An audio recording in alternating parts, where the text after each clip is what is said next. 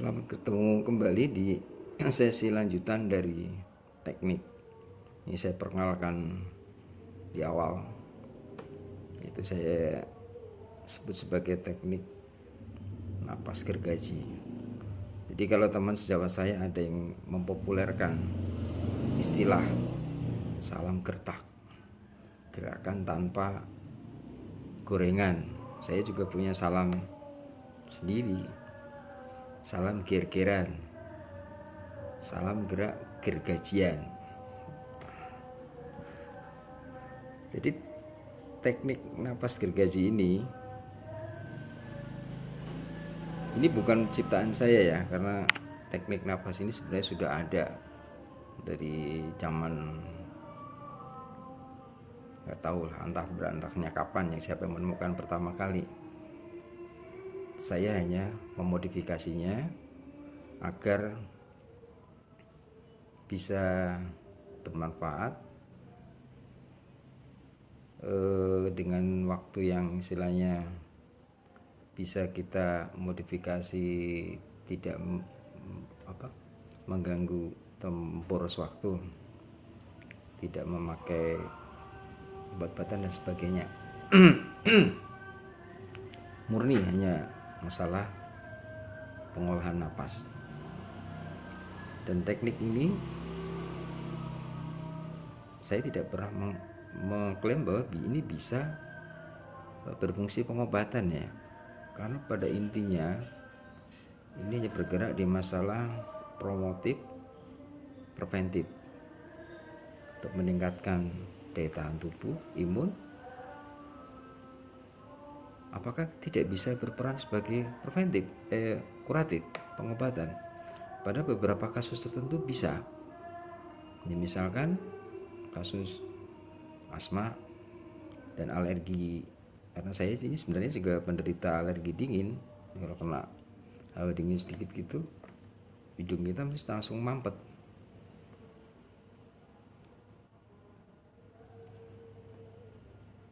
Jadi teknik ini nanti kita kerjakan dalam aktivitas mandi. Prakteknya ya kita di kamar mandi. Ini saya ukur dulu ya, pakai oximeter.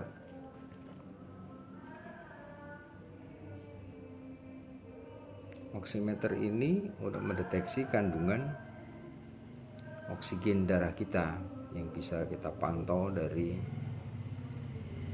alat dari luar. Jadi untuk mengetahui kadar oksigen itu bisa lewat alat oximeter ini. Bisa juga yang lebih akurat dengan analisa gas darah. Mungkin nggak, kurang begitu jelas ya angkanya ya. Di sini saya saturasinya 97, denyut jantung saya 70. Dan selama ini tensi saya stabil di angka 110, 120. Paling tinggi saya pernah mencapai 130. Jadi saya ini bukan perokok, tidak punya darah tinggi, tidak punya diabetes, walaupun ayah saya diabetes. Kadar kolesterol saya selalu bagus. Saya tidak pernah konsumsi obat-obatan rutin seperti mungkin anti kolesterol. Paling banter ya paling obat sakit kepala, obat flu. Itu kan penyakit-penyakit yang biasa kita jumpai. Dan itu pun kalau saya minum paling banter sehari aja udah sembuh, tidak sampai berlarut-larut.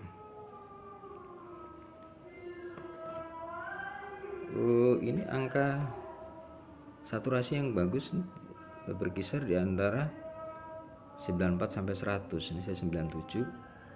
Denyut nadi saya 76.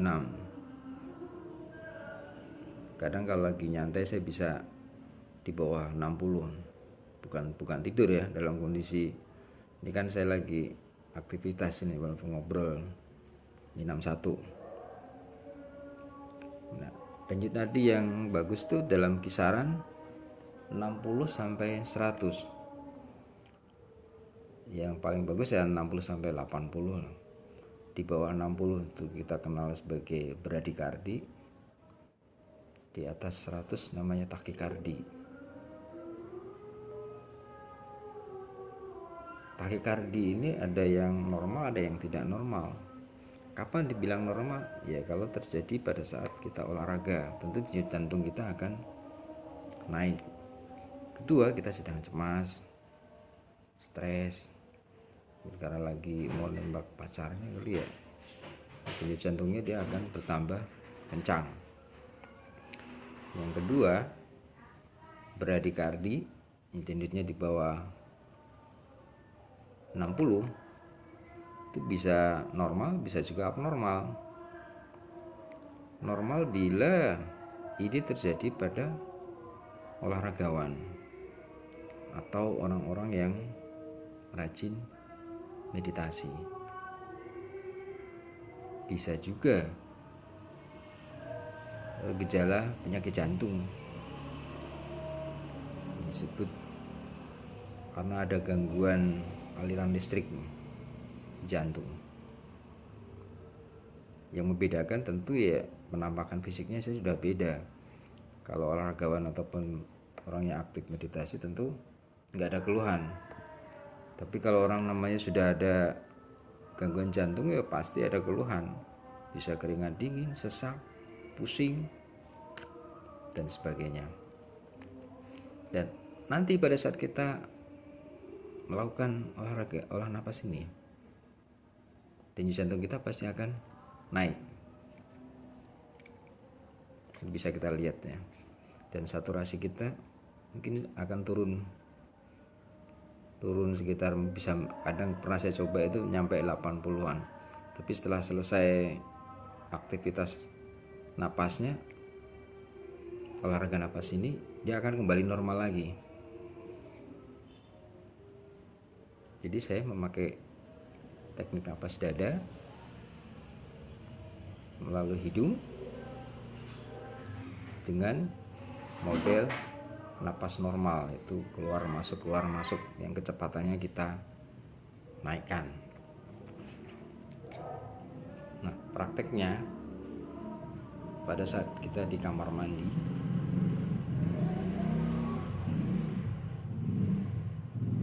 bisa memakai, mungkin Anda bertanya ya, apakah boleh nggak memakai air hangat? Boleh. Mandi air hangat, air dingin nggak masalah, sama saja. Kita mulai dulu guyur anggota gerak badan kita yang paling bawah, dari lutut ke bawah dulu, baru pinggang, dari pinggang ke bawah, baru kepala. Tujuannya apa? Karena hawa panas ini harus kita alirkan ke atas secara pelan-pelan. Jadi kalau kita guyur langsung dari kepala itu istilahnya membuyarkan aliran udara panas kita. Jadi biarkan dia mengalir secara teratur ya, dari bawah ke atas. Kedua, selain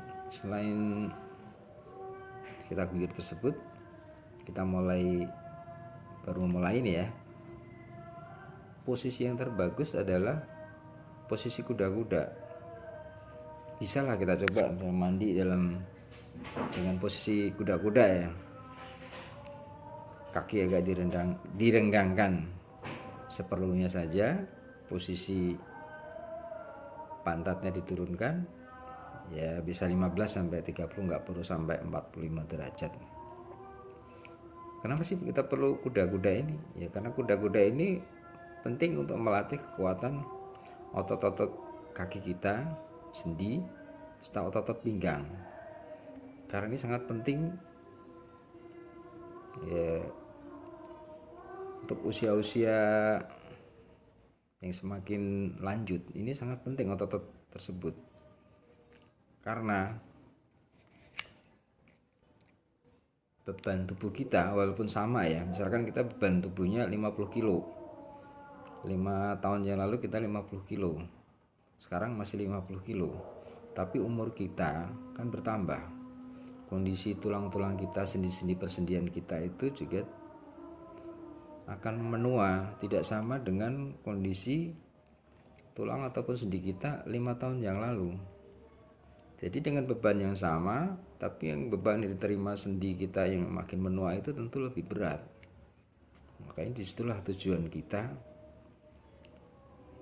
memperkuat dengan posisi kuda-kuda. Ya, setelah posisi kuda-kuda kita kerjakan latihan napasnya, selesai baru kita lakukan pendinginan.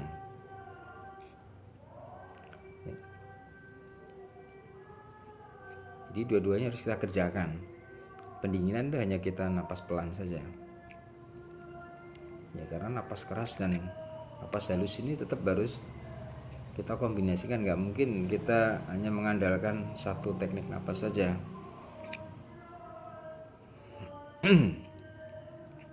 Nah, setelah itu selesai, ada satu kunci lagi yang harus Anda pegang, rutin. Tidak bisa kita tinggalkan. Justru faktor kegagalan terbesar itu karena nggak bakal kuat.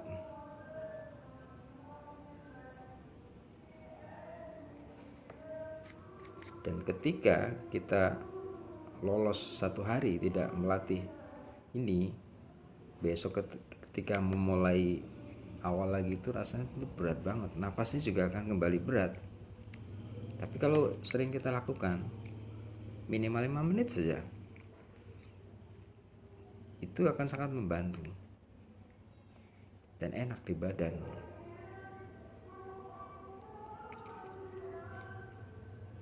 Oh ya, jangan lupa nanti ketika proses latihan napas ini berlangsung, Anda pasti mengalami muntah-muntah.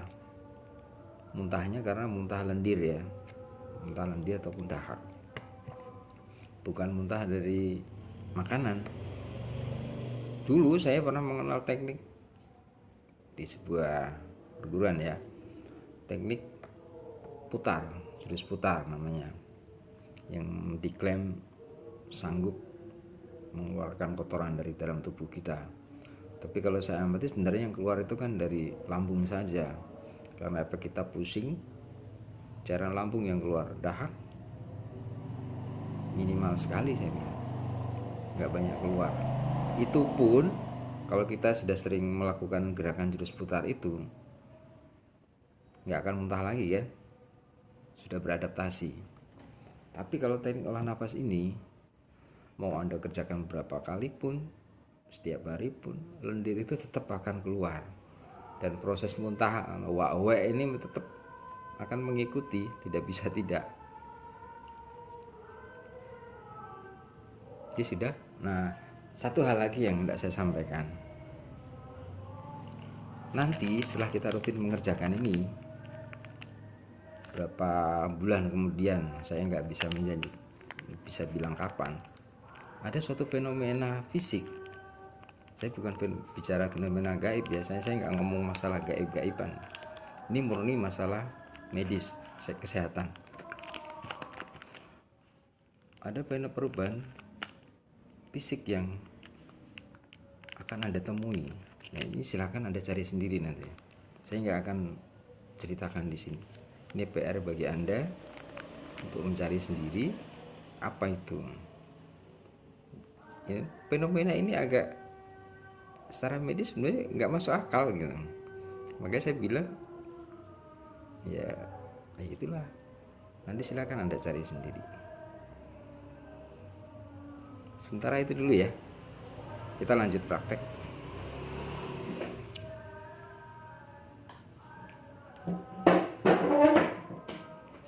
Ketika posisi kita turunkan, kita mulai dengan napas pelan dulu. Baru nanti kita tingkatkan dengan kecepatan penuh. Kuncinya jangan memaksakan diri, sekuatnya aja. Semakin lama nanti Anda akan terbiasa dengan gerak.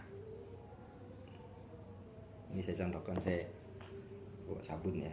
Nanti karena ini ceritanya kan di kamar mandi.